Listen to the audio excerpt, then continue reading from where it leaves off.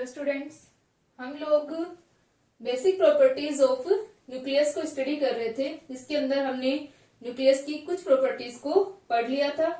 Next आज के lecture में हम लोग पढ़ेंगे न्यूक्लियस की next property electric quadrupole moment के बारे में।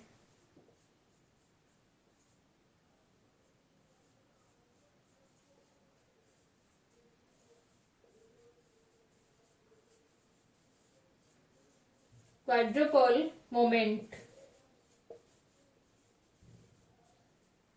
विद्युत चतुर्ध्रुव आघूर्ण।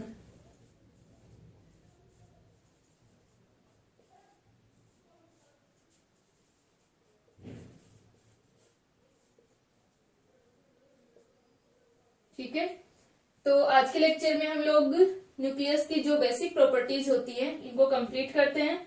अभी हम लोगों ने बाकी प्रॉपर्टीज पढ़ ली थी। एक तो हम इलेक्ट्रिक क्वाड्रुपोल मोमेंट को पढ़ेंगे और इसके बाद में आइसोस्पिन क्या होती है उसको पढ़ेंगे। ठीक है, तो जो इलेक्ट्रिक क्वाड्रुपोल मोमेंट है, विद्युत चतुर्ध्रुव आघूर्ण जो होता है, वो न्यूक्लियस की एक इम्पोर्टेंट प्रॉपर्टी होती है। ठीक है, इसे हम क्यू से डिनोट करते हैं।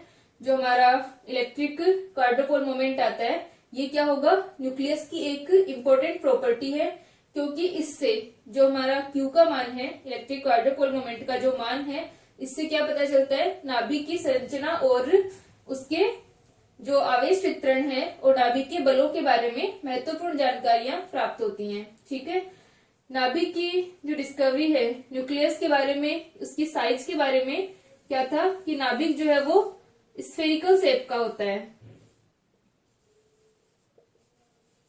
ठीक है, उसकी शेप कैसी है, स्फेरिकल शेप है, गोलाकार है ये। ठीक है, लेकिन जो हल्के नाभिक होते हैं उनके लिए तो इनकी जो शेप होती है वो स्फेरिकल शेप ही होती है। यानी अगर ये स्फेरिकल शेप में है तो हम बात करें तीनों XYZ डायरेक्शन की। ठीक है, तो आवेश वितरण क्या होना चाहिए, तीनों एक्सिस के अलोंग समान होना चाहिए, समान रूप से ये होना चाहिए। यानी इसमें क्या होनी चाहिए, सममिति होनी चाहिए। अगर इसकी शेप स्फेरिकल है तो क्या होगी, इसमें सममिति होगी, सिमेट्री होगी। ठीक है, क्योंकि स्फेयर के अंदर हमें पता है XYZ तीनों एक्सिस यहाँ पर मान बराबर होगा। ठीक है, लेकिन जो भारी नाभिक होते हैं, जो हमारे तत्व होते हैं, आगे के जो वैल्यूज आती हैं, अगर Z का मान बहुत ज्यादा है, ठीक है, तो उन तत्वों के जो नाभिक होते हैं उनके अंदर ये सिमेट्री नहीं पाई जाती, यानी उनकी जो शेप है वो स्फेरिकल नहीं रहती है। ठीक है, यानी उनके अंदर क्या आ जाती है, असममितता आ जाती है, और वो किससे, Q के मान से, यानी इलेक्ट्रिक क्वाड्रुपोल मोमेंट के मान से पता करते हैं। यानी इनके बारे में कि किस प्रकार इसमें जो सिमेट्री नहीं रहती, यानी असममितता जो आती है, सिमेट्री जो आती है, उसको इस क्वाड्रुपोल मोमेंट से पता लगाया जाता है। ठीक है, तो ये जो क्वाड्रुपोल मोमेंट होगा वो न्यूक्लियस की एक इम्पोर्टेंट प्रॉपर्टी होती है। ठीक है, तो इलेक्ट्रिक क्वाड्रुपोल मोमेंट को क्या होता है उसको जानने से पहले हम लोग इलेक्ट्रिक जो मोमेंट होते हैं, विद्युत आघूर्ण जो होते हैं, यानी मोनोपोल, डायपोल, क्वाड्रुपोल, उन सब के लिए हम एक्सप्रेशन याद करते हैं। तो यहाँ पर हमारे पास में क्या होगा, कोई भी अगर आवेश है, ठीक है, आवेश वितरण अगर कहीं पर है, ठीक है, चार्ज डिस्ट्रीब्यूशन अगर हो रहा है, तो हमें पता है, जैसे मान लो न्यूक्लियस के अंदर हम लोग क्या माने कि पॉजिटिव इसमें चार्ज है, पॉजिटिव चार्ज इसमें क्या है, डिस्ट्रीब्यूट है। तो चार्ज डिस्ट्रीब्यूशन के कारण क्या होता है, वहां पर उसके आघूर्ण आते हैं। ठीक है, मोमेंट आते हैं, और ये हमारे पास में मोनोपोल, ठीक है, मोनोपोल एकल ध्रुव आघूर्ण जिसे हम कहते हैं। एकल ध्रुव आघूर्ण जो होता है टोटल चार्ज के इक्वल होता है, समेशन ऑफ Q हम इसको लिख सकते हैं। और डायपोल आते हैं। ठीक है, डायपोल जो होते हैं हमारे पास में P equals to Q into D से हम इसको डिफाइन करते हैं। ठीक है, इसी प्रकार हमारा क्या आता है, क्वाड्रुपोल आते हैं। ठीक है, तो ये क्वाड्रुपोल आगे भी हमारे पास वैल्यूज आती हैं, तो यहाँ पर हम क्वाड्रुपोल की बात कर रहे हैं। तो इस प्रकार हमारा जो कोई भी अगर आवेश वितरण होता है तो उसके लिए हम क्या निकाल सकते हैं, मोमेंट्स निकाल सकते हैं। तो सबसे पहले हम लेते हैं कि हमारा जो न्यूक्लियस है, न्यूक्लियस के अंदर क्या है, धनावेश वितरित है, और हमने इस प्रकार एक न्यूक्लियस लिया है जिसके अंदर क्या है, धनावेश वितरित है। ठीक है, चार्ज डिस्ट्रीब्यूशन है इसके अंदर। और इस न्यूक्लियस के अंदर हमने एक स्मॉल क्या लिया है, अल्पांश आयतन लिया है, वॉल्यूम एलिमेंट लिया है। ठीक है, इसका स्मॉल वॉल्यूम एलिमेंट क्या है, डीवी है। और इस डीवी का जो चार्ज है इसके अंदर वो कितना है, डीक्यू है। ठीक है, चार्ज डीक्यू है। और ये किससे, इस मूल बिंदु से कितनी और इस पे आर डिस्टेंस पर है। ठीक है, तो यहां से हम लोगों ने क्या ले लिया, ये एक वॉल्यूम एलिमेंट ले लिया और इसका चार्ज डीक्यू है। तो घनत्व कितना हो जाएगा, डेंसिटी कितनी होगी, चार्ज क्या होता है हमारा, dq equals to rho dv होगा। रो का मान क्या हो जाएगा, dq अपॉन dv। ठीक है, तो अब हम इस चार्ज डिस्ट्रीब्यूशन के लिए हम क्या निकालते हैं, इसके मोमेंट्स निकालते हैं। तो सबसे पहले हम लिखते हैं कि हमारे पास में क्या है, कि हम नाभिक के आवेश वितरण को सतत मानकर विद्युत आघूर्ण निकालते हैं। ठीक है, तो हमने लिखा कि माना हमारे पास में ये जो एक नाभिक है, ठीक है, माना किसी मूल बिंदु O के सापेक्ष, माना किसी मूल बिंदु O के सापेक्ष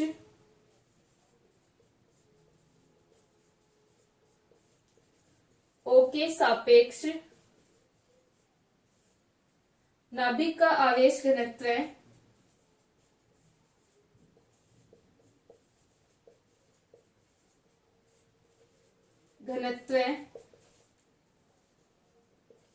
रो आर है। ठीक है, इसका जो डेंसिटी है नाभिक की न्यूक्लियस की वो कितनी है, रो आर है। अब हम लोग क्या लेते हैं, एक वॉल्यूम एलिमेंट लेते हैं, अल्पांश आयतन। ठीक है, तो हम ले लेंगे तब मूल बिंदु O से किसी स्थिति R पर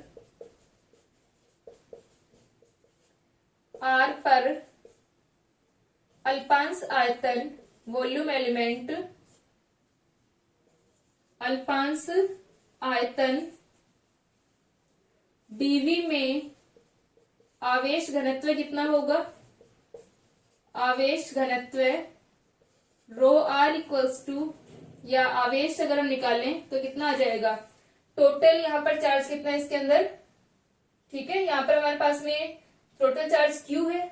ठीक है, और ये आवेश वितरण जो है वो क्या है, सम्मित आवेश वितरण हमने यहाँ पर लिया है। ठीक है, सतत आवेश वितरण अगर हम माने, हम लोग मान लेते हैं कि नाभिक का आवेश वितरण जो है वो सतत है।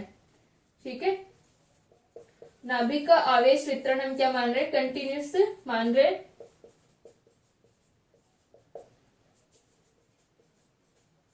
सतत मानकर वैद्युत आघूर्णों को निकालते हैं। ठीक है, वैद्युत आघूर्णों का मान निम्न प्रकार ज्ञात करते हैं। ठीक है, तो यहां से हमारे पास में क्या आ रहा है कि ये वाली लाइन लिख लेना एक बार। तो जो वैल्यू आ रही है हमारे पास में इसकी dq की कितनी आ जाएगी, dq equals to rho R dv। ठीक है, रो क्या है, डेंसिटी है, और dv वॉल्यूम है, तो dq equals to rho R dv आ गया।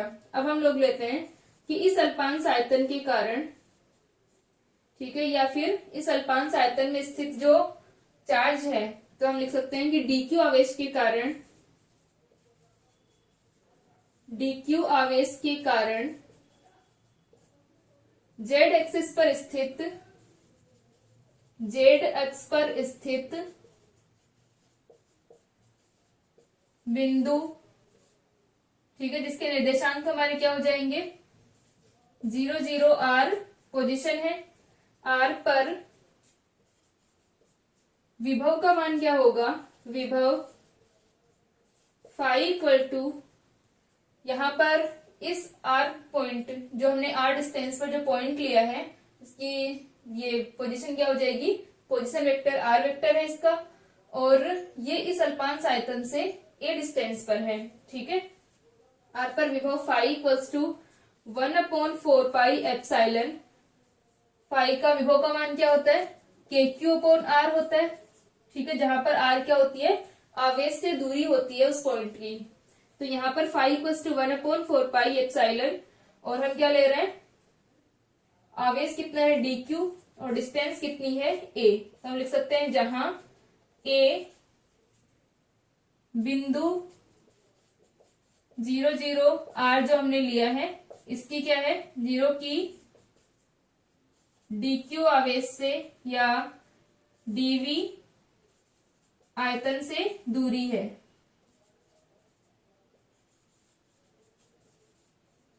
ठीक है, तो ये हमारे पास में वैल्यू आ गई फाई की। Phi equals to 1/4πε dq upon a। इसे हम किस में लिखें, डेंसिटी की फॉर्म में लिखें। तो डेंसिटी की फॉर्म में हमारे पास में क्या आ जाएगा, dq की जगह हम क्या लिख देंगे, रो dv लिख देंगे। तो ये हमारा डेंसिटी की फॉर्म में आ जाएगा।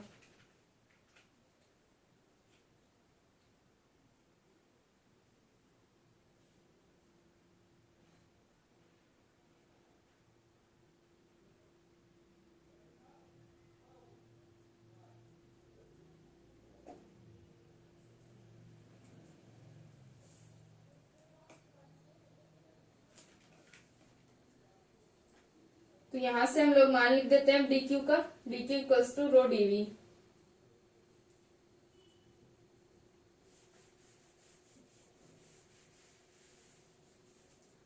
तो फाई का मान आ जाएगा phi equals to 1/4πε dq upon a rho r dv upon a।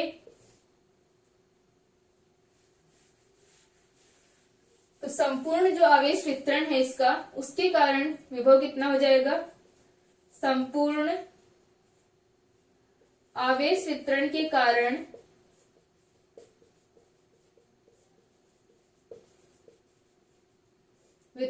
कारण विभव फाई का मान आ जाएगा phi equal to 1/4πε integration rho r dv upon a। ठीक है, phi equals to 1/4πε integration rho r dv upon a। हम क्या कर देंगे, इंटीग्रेट कर देंगे। कंप्लीट हमारे पास में इस टोटल जो हमारा चार्ज डिस्ट्रीब्यूशन है इसके कारण पोटेंशियल का मान आ जाएगा। ठीक है, अब जो हमारा डायग्राम है हम देख सकते हैं,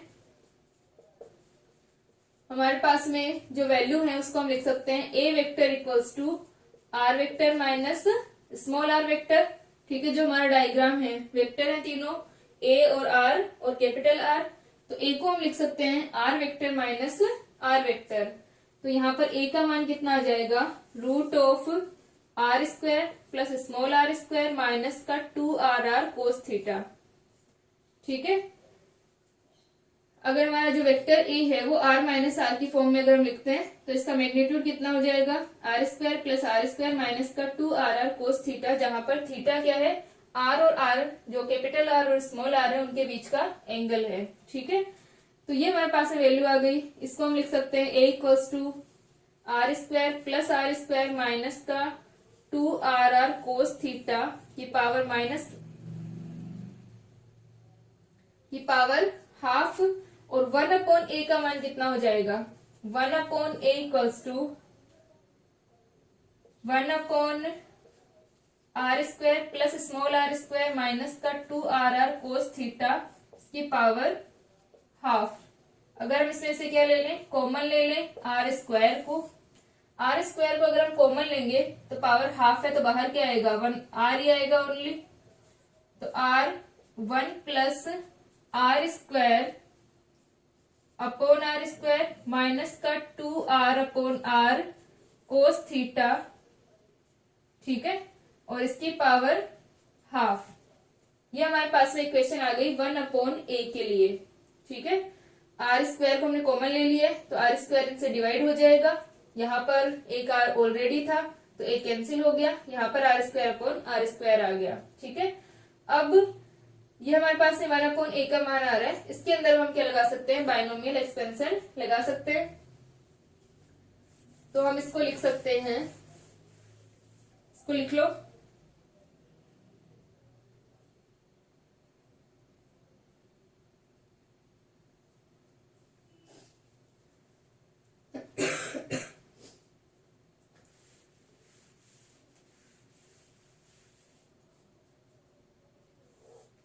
इसकी वैल्यू हमारे पास आ जाएगी 1/a equals to 1/r 1 plus R square upon capital R square minus 2r/r cos theta, ठीक है, 2r/r कोस थीटा और इसकी पावर -12, ठीक है। तो यहाँ पर हम फॉर्मूला लगा रहे हैं 1 प्लस एक्स की power n, 1 plus N X plus n into n minus 1 divided by factorial 2 X square plus n into n minus 1 n minus 2 divided by factorial 3 X cube, ठीक है। तो यहाँ पर हमारा जो n है वो क्या है, -12 है और x क्या है, ये पूरी वैल्यू है, ठीक है।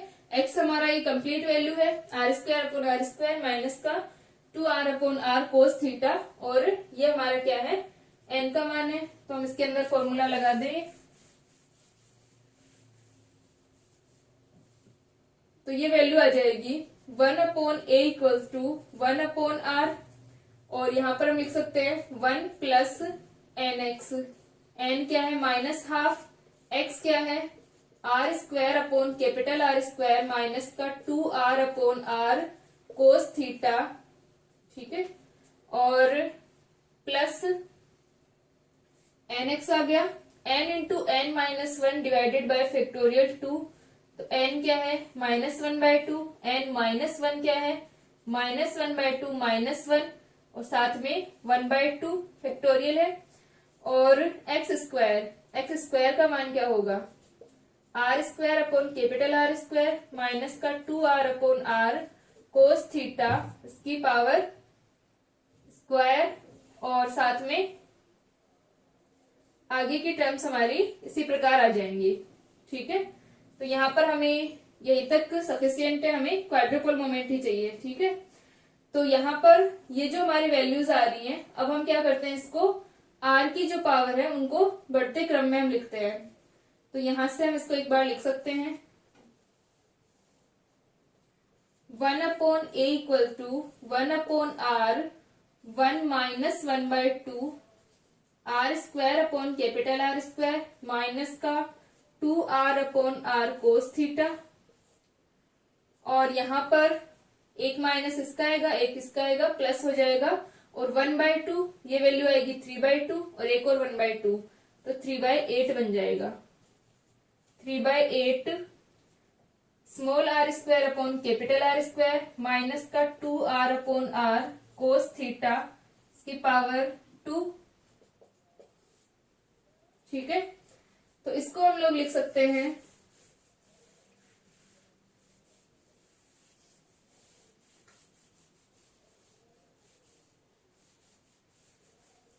इसको हम लोग थोड़ा सोल्व करें तो 1/a इक्वल टू आ जाएगा 1/r 1 minus 1/2 are square upon r square और यहाँ पर क्या होगी, आर की पावर ओनली क्या है 1 है और यहाँ पर 2 है। तो पहले हम इस टर्म को लिख रहे हैं क्योंकि यहाँ पर आर की पावर ओनली 1 है। तो ये आ जाएगा 1 प्लस, यहाँ पर माइनस माइनस प्लस हो गया, 2 से 2 कैंसिल, तो 1 प्लस r/r कोस थीटा, फिर उसके बाद में ये वाली जो पावर है आर स्क्वायर है, ठीक है, और ये ओनली आर है। तो अब हमारे पास में क्या हो जाएगा, इस टर्म को हम लिखें तो ये हो जाएगी माइनस का 1/2 are square upon capital R square, ठीक है। अब इसके अंदर पहले इसका स्क्वायर ओपन कर लेते हैं तो ये क्या आएगा, इसको अलग से कर लेना है, इसका स्क्वायर हम ओपन कर रहे हैं तो ये हो जाएगा r4/r4 plus 4r square upon r square, ठीक है, कोस स्क्वायर थीटा, ये हो जाएगा 4r square upon r square cos square theta minus का 2r cube upon r cube cos theta, ठीक है, a square plus b square minus का 2ab cos theta हमने किया तो ये वैल्यू आई हमारे पास, ठीक है। अब इस टर्म के अंदर हम देख सकते हैं कि ये आर की पावर 4 है, ये आर की पावर क्यूब है और ये आर स्क्वायर है। एक आर स्क्वायर हमारा यहाँ पर था तो हम ओनली इसको ले रहे हैं, बाकी की ये पावर हाई पावर आएंगी, ठीक है। इनको लेने की जरूरत नहीं है, आर स्क्वायर तक हमारा क्वाड्रुपल मोमेंट आ जाएगा। ठीक है, तो यहाँ पर हमारी वैल्यू जो है इसको हम लेंगे, ये बाहर किससे मल्टीप्लाई हो रहा है, 3/8 से। 3/8 से जब ये मल्टीप्लाई होगा तो 4 से 8 कैंसिल और 2 बच जाएगा, तो ये आ जाएगी प्लस की 3/2 r square upon r square cos square theta. ठीक है, और इनको आगे को हमको लिखने की जरूरत नहीं है, आगे हम ऐसे छोड़ देते हैं। ठीक है, तो यहां से अपने पास में ये वैल्यू आ गई 3/2 r square upon capital R square cos square theta. ठीक है, तो अब हम इसको लिख लेते हैं, 1/r को हम अंदर मल्टीप्लाई कर देते हैं, तो ये आ जाएगा 1/a equal to 1/r plus r upon r square cos theta, और ये हमारा क्या बन जाएगा, माइनस का 1/2 है और प्लस का 3/2 है। प्लस के 1/2 को हम कॉमन ले लेते हैं, small are square upon r cube हो जाएगा, क्योंकि एक आर बाहर है, तो r square upon r cube अंदर बच जाएगा 3 कोस स्क्वायर थीटा -1। ठीक है, ये हमारी वैल्यूज आ गई। तो अब 1/a का मान हम किस में रख देते हैं, जो हमारी फाई की इक्वेशन थी, तो हम लोग लिख देते हैं 1/a का मान विभव में रखने पर क्या आएगा, फाई इक्वल टू क्या था, 1/4 epsilon integration rho r dv upon a था। ए का मान हम रखते हैं, तो फाई इक्वल टू बन जाएगा 1/4 एप्सिलॉन, पहले हमने रखा 1/r integration rho r d v plus r, तो हमारा कैपिटल आर तो कांस्टेंट है, तो इसको हम बाहर ले लेंगे, 1/r square integration rho r cos theta dv, ये स्मॉल आर रो इसका फंक्शन है इसलिए लगा रखा है हमने, तो rho r cos theta dv plus 1/r cube integration r square है इसके साथ में, तो यह आ जाएगा rho r square 3 cos square theta -1। ठीक है, और साथ में 1/2 भी था, तो 1/2 आर क्यूब को हमने बाहर ले लिया और r square 3 cos square theta -1 dv आ गया। ठीक है, आगे इसी प्रकार हमारी वैल्यूज आ जाएंगी। तो ये हमारे पास में फाई की वैल्यू आ गई, यहां तक लिखो इसको।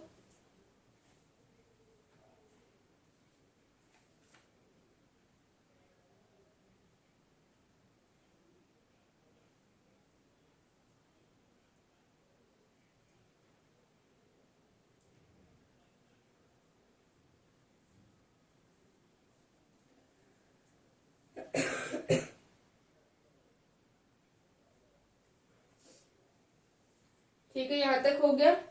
अब हम लोग इस प्रकार लिख सकते हैं फाई को,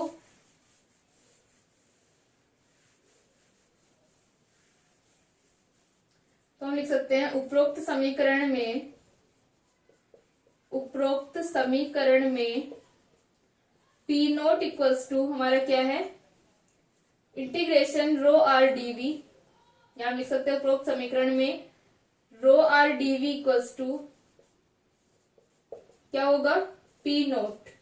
ठीक है, ये जो हमारी वैल्यू है रो आर डीवी, इसको हम क्या लिख रहे हैं, पी नोट लिख रहे हैं, और जो हमारा integration rho r cos theta d v है उसको हम लिख रहे हैं P1, और जो हमारा इंटीग्रेशन रो आर स्क्वायर को अगर मल्टीप्लाई कर दे अंदर 3r square cos square theta minus का r स्क्वायर है, उसे हम लिख रहे हैं P2। और इसको इस प्रकार भी लिख सकते हैं, r कोस थीटा क्या होगा, r कोस थीटा हमारा z है। ठीक है, तो r कोस थीटा अगर z है तो हम इसे 3z square minus r square भी लिख सकते हैं, ये हमारा P2 का मान है।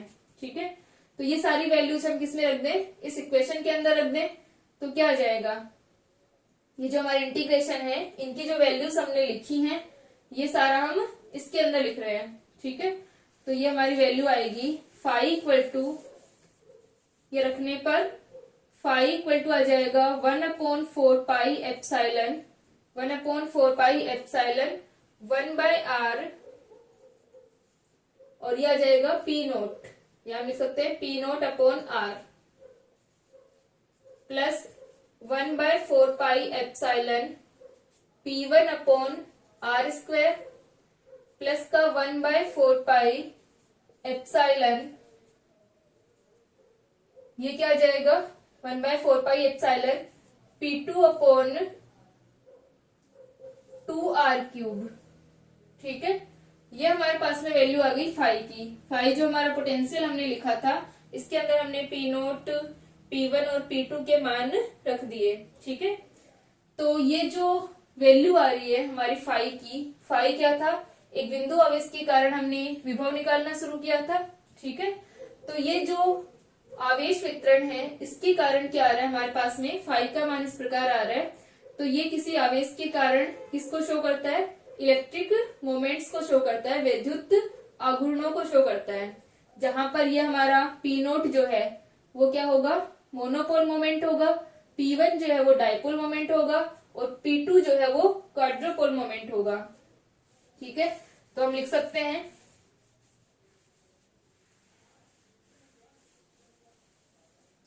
कि उपरोक्त समीकरण आवेश के कारण या आवेश वितरण के कारण वैद्युत आघूर्णों को प्रदर्शित करता है, वैद्युत आघूर्णों को प्रदर्शित करता है,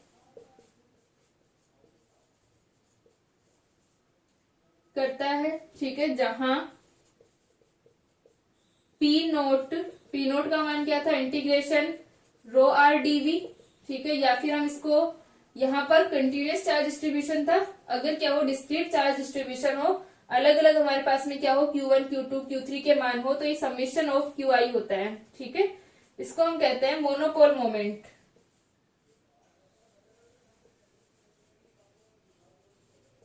इसी प्रकार P1 जो है, P1 क्या था हमारा, रो आर कोस थीटा डीवी, ये होता है Q इंटू डी।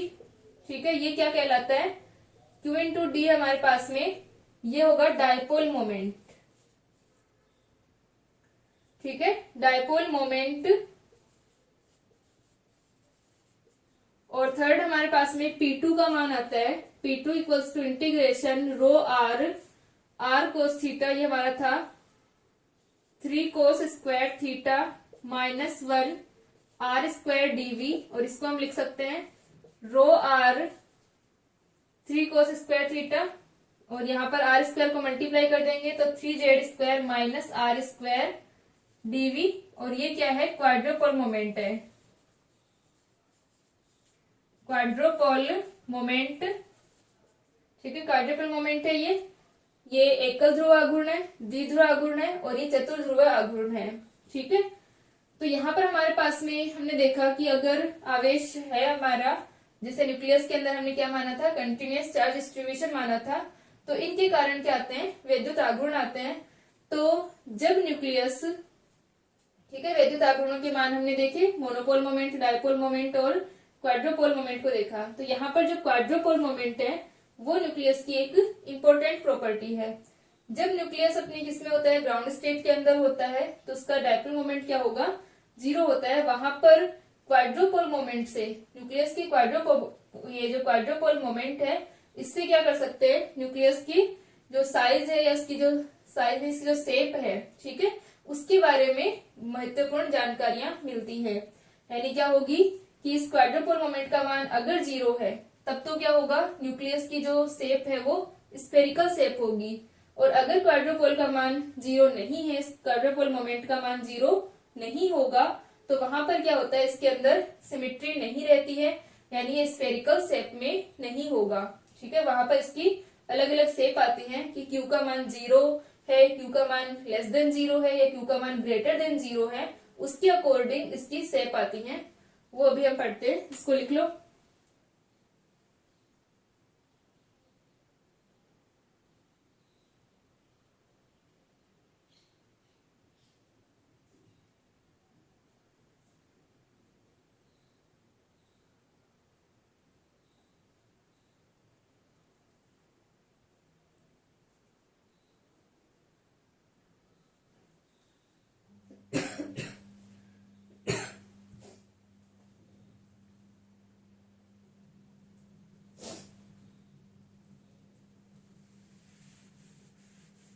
ठीक है, तो ये तो हमने पढ़ा था कि मीनिंग ऑफ मोमेंट्स क्या होते हैं, इलेक्ट्रिक मोमेंट्स क्या होते हैं, ये अभी तक हमने पढ़ा। ठीक है, कि किसी भी चार्ज डिस्ट्रीब्यूशन के कारण हमारे पास में इलेक्ट्रिक मोमेंट्स क्या आते हैं। ठीक है, तो ये अभी जो हमने किया वो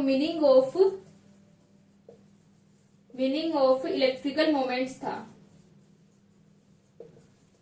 इलेक्ट्रिकल मोमेंट्स। अब हम लोगों के पास में Q को लेकर हमारा फॉर्मूला है, यानी जो हमारा चतुर्ध्रुव आघूर्ण है उसको अब हम लोगों ने डिफाइन किया। तो जो क्वाड्रुपल मोमेंट होता है उसका मान कितना है हमारे पास में, Q equals to integration rho r 3z square minus r square dv।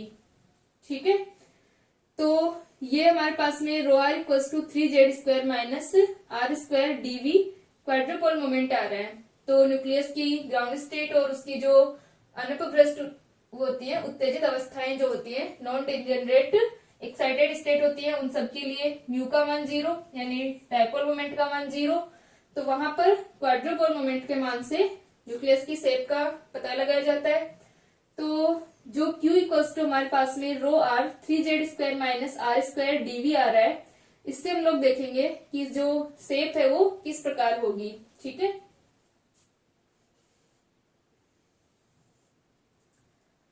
तो यहां पर हम लिखते हैं कि यदि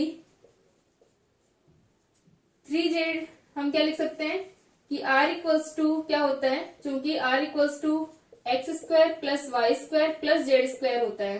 ठीक है, अगर क्या है, यदि आवेश वितरण में क्या है, सममिति है, या फिर हम लिख सकते हैं कि यदि जो हमारा शेप है वो स्फेरिकल शेप हुई, तो हम लिख सकते हैं गोलीय सममिति के लिए, गोलीय सममिति के लिए क्या होगा, r ये जो x equals to y equals to z होगा, यानी r स्क्वायर जो है उसको हम 3z स्क्वायर लिख सकते हैं। ठीक है, तो ये हमारे पास में वैल्यू आती है कि r square equal to 3z square होगा। तो हम लिख सकते हैं कि जब 3z square equals to r square है, अगर ऐसा होगा तो Q इक्वल्स टू क्या होगा, 0 होगा। ठीक है, उस टाइम पर Q इक्वल्स टू 0 होगा, और Q इक्वल टू 0 होने पर क्या हो जाएगा, हमें पता है कि हमने इस सममिति के लिए लिखा है, तो Q इक्वल टू 0 किसको शो कर रहा है, स्फेरिकल सिमेट्री को शो कर रहा है। इसका मतलब अर्थात नाभिकीय आवेश वितरण क्या होगा, नाभिकीय आवेश वितरण सममित होगा तथा नाभिक का आकार जो है वो क्या होगा, गोलाकार होगा। इसकी जो शेप होगी वो कैसी होगी, गोलाकार होगी। ठीक है, नाभिक का आकार गोलाकार स्फेरिकल शेप में होगा। ठीक है, गोलाकार होगा, कैसी होगी, स्फेरिकल शेप होगी। ठीक है, तो Q जब 0 होता है, क्वाड्रुपल मोमेंट जिस भी न्यूक्लियस के लिए क्या रहेगा, 0 रहेगा, वहां पर उसकी शेप क्या होगी, न्यूक्लियस की स्फेरिकल शेप होगी। अब हम बात करें कि हमारा जो Q है वो 0 नहीं है। Q अगर 0 नहीं है तो हमारे पास में दो कंडीशन आ सकती हैं। फर्स्ट हम बात कर रहे हैं, ये हमारी फर्स्ट कंडीशन अगर हम ले ले कि Q इक्वल्स टू 0 है। सेकेंड हम लेते हैं कि Q जो है वो ग्रेटर देन 0 है, यानी जो 3z स्क्वायर का मान है वो ग्रेटर देन r स्क्वायर है। ठीक है, 3z square is greater than r square होगा, यानी जो आवेश वितरण है वो क्या होगा, इस z एक्सिस के अलोंग ज्यादा होगा। ये अब जो शेप है वो स्फेरिकल शेप नहीं आएगी, वो इस प्रकार की शेप आती है।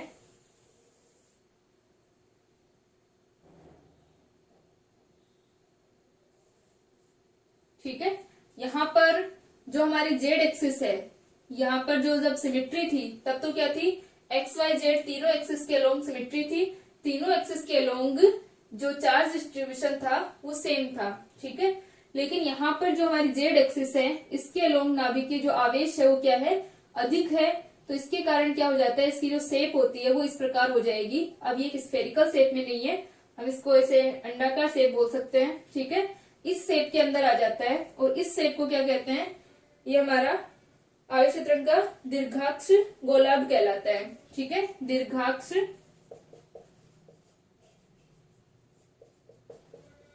गोलाभ, इसको प्रोलेट स्फेरॉइड कहते हैं। ठीक है, तो अब जो शेप है नाभिक की वो क्या हो गई, इस प्रकार हो गई। यहाँ पर क्या है, जेड एक्सिस के अलोंग जो डिस्ट्रीब्यूशन है वो ज्यादा है। अब हम बात कर सकते हैं थर्ड कंडीशन। थर्ड कंडीशन, अगर Q इज लेस देन 0 होता है। Q इज लेस देन 0 कब होगा, जब 3z स्क्वायर का मान जो है वो क्या हो, is less than r square हो। ठीक है, r स्क्वायर से अगर इसका मान कम होगा तो वहां पर क्या आ जाएगा, Q का मान लेस देन 0 होगा। और Q इज लेस देन 0 होने पर जो शेप आती है वो हमारे पास में इस प्रकार की शेप आती है। ठीक है, अब जो चार्ज डिस्ट्रीब्यूशन है वो क्या है, जेड एक्सिस के अलोंग कम है और इसकी जो सिमेट्री है वो किस प्रकार है कि जेड एक्सिस के अलोंग तो चार्ज डिस्ट्रीब्यूशन कम होगा और बाकी जो हमारे एक्सिस हैं उनके अलोंग ज्यादा होता है। ठीक है, ये हमारी जो जेड एक्सिस है ये हमारा रो का मान है, तो जेड एक्सिस के अलोंग क्या हो रहा है, इसका मान कम है और यहाँ पर अगर जेड एक्सिस के अलोंग मान कम होगा तो Q इज लेस देन क्या रहेगा, 0 रहेगा। Q इज लेस देन 0 के लिए हमारी जो स्टेट आती है, ठीक है, ये हमारे क्या होगा, इसको हम बोलते हैं ओब्लेट स्फेरॉइड। ठीक है, यहाँ पर अब जो आवेश चित्रण है वो क्या है, सममिति लिए हुए नहीं है, यानी अब जो न्यूक्लियस का शेप होगा वो एक स्फेरिकल शेप ना होकर के इस प्रकार का शेप होगा। ठीक है, आवेश चित्रण जो है वो इस प्रकार है, इसे ओब्लेट स्फेरॉइड और लघ्वक्ष गोलाभ कहते हैं। ठीक है, ये दीर्घक्ष गोलाभ था हमारा।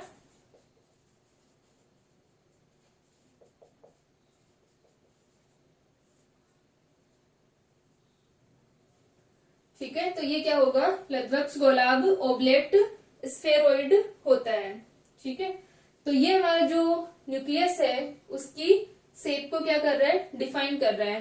तो इस प्रकार अलग अलग मॉडल से और इसके न्यूक्लियर कार्डियोपोल मोमेंट को निकाला जाता है और न्यूक्लियर का ये जो कार्डियोपोल मोमेंट आता है उससे न्यूक्लियस की शेप का पता लगाया जाता है। ठीक है, और अब हमारी जो नेक्स्ट प्रॉपर्टी थी इसकी वो क्या थी, आइसोस्पिन। ठीक है, न्यूक्लियस की जो नेक्स्ट प्रॉपर्टी आती है वो आती है आइसोस्पिन।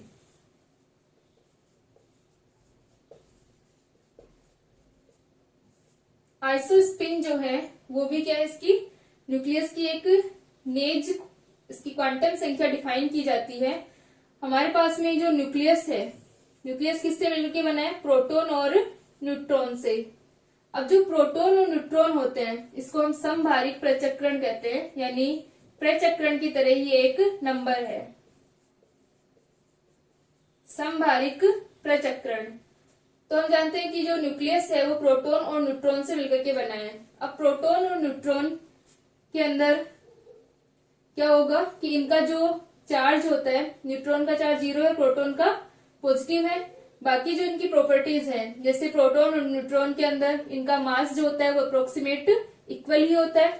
ठीक है, मास जो है वो प्रोटॉन और न्यूट्रॉन का अप्रोक्सीमेट क्या होता है, इक्वल होता है। और इनके अंदर जो इंटरेक्शन होते हैं, यानी जो न्यूट्रॉन न्यूट्रॉन फोर्स लग रहा है, नाभिकीय बल जो लग रहे हैं न्यूट्रॉन न्यूट्रॉन के बीच में, और अगर हम बात करें प्रोटॉन प्रोटॉन के बीच में, तो वो सेम से ही होते हैं। यानी न्यूट्रॉन प्रोटॉन की अगर हम बात करें तो ये सारे क्या होंगे, लगभग सेम ही होंगे। ठीक है, और इनकी स्पिन भी दोनों की क्या होती है, एस का मान भी हाफ होता है। तो प्रोटॉन और न्यूट्रॉन की जो प्रॉपर्टीज है अप्रोक्सीमेट क्या होती है, सारी सेम ही होती है। ठीक है, इनके बीच में होने वाली जो इंटरेक्शन है, यानी नाभिकीय जो बल है उनके मान समान होते हैं, इनका मास समान है, स्पिन भी सेम है। ठीक है, तो हम कह सकते हैं कि ये क्या है, न्यूक्लियन की, किसी न्यूक्लियन की क्या है, दो स्टेट है, यानी एक ही न्यूक्लियन की दो स्टेट हो सकती है ये, ठीक है, क्योंकि सारी प्रॉपर्टीज इनकी सेम है, तो ये एक न्यूक्लियन से हम इनको डिफाइन कर सकते हैं, और ये न्यूक्लियन की कोई दो स्टेट हैं, ठीक है, प्रोटॉन और न्यूट्रॉन।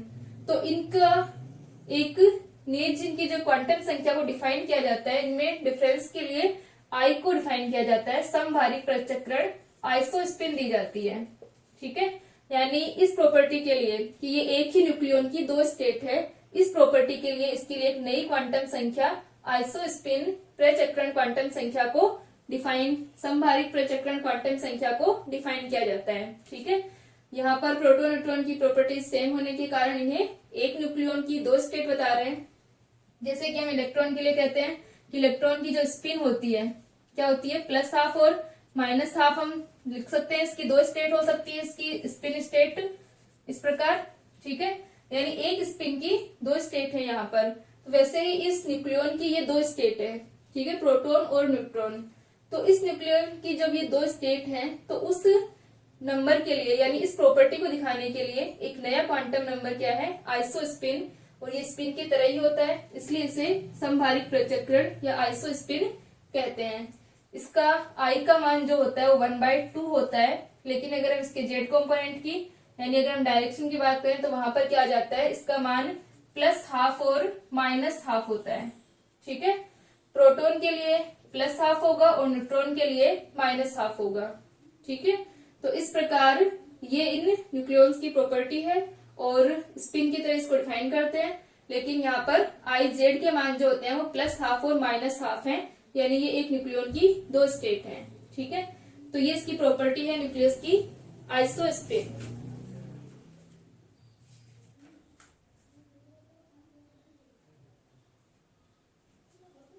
ठीक है। तो यहाँ पर हम इसको लिख सकते हैं कि i z equals to plus half वाला न्यूक्लियन प्रोटॉन होगा, और i z equals to minus half वाला न्यूक्लियन जो है वो न्यूट्रॉन होगा, और यहाँ पर ये इसका जेड कंपोनेंट है आइसोस्पिन का, ठीक है, जेड कंपोनेंट ऑफ आइसोस्पिन, ठीक है। तो ये हमारी न्यूक्लियस की प्रॉपर्टीज थी, न्यूक्लियर का मास, उसकी रेडियस, डेंसिटी इस प्रकार निकाल सकते हैं। रो का मान क्या होता है, मास अपॉन वॉल्यूम। तो एम का मान यहाँ पर हम लोग मास रख देंगे, प्रोटॉन का यहाँ पर हम मास रख सकते हैं, और यहाँ पर वॉल्यूम रख देंगे 4/3 पाई r³ जो होता है, ठीक है। इसको मैं एक बार निकलवा दूंगी, रो का मान। तो ये सारी न्यूक्लियस की प्रॉपर्टीज आती हैं, उसकी density, radius, mass, charge, spin, isospin, nuclear momentum, ठीक है, जो एंगुलर मोमेंटम आता है, न्यूक्लियर मैग्नेटिक मोमेंट आता है, और क्वाड्रोपोल मोमेंट आता है, ठीक है। ये सारी बेसिक प्रॉपर्टीज होती है न्यूक्लियस की, यानी कंप्लीट हमने न्यूक्लियस के बारे में पढ़ा है। आगे हम लोग मास स्पेक्ट्रोग्राफ के बारे में पढ़ेंगे कि न्यूक्लियर का जो मास होता है न्यूक्लियस का वो कैसे निकालते हैं, ठीक है। यहाँ तक कर ले इसको।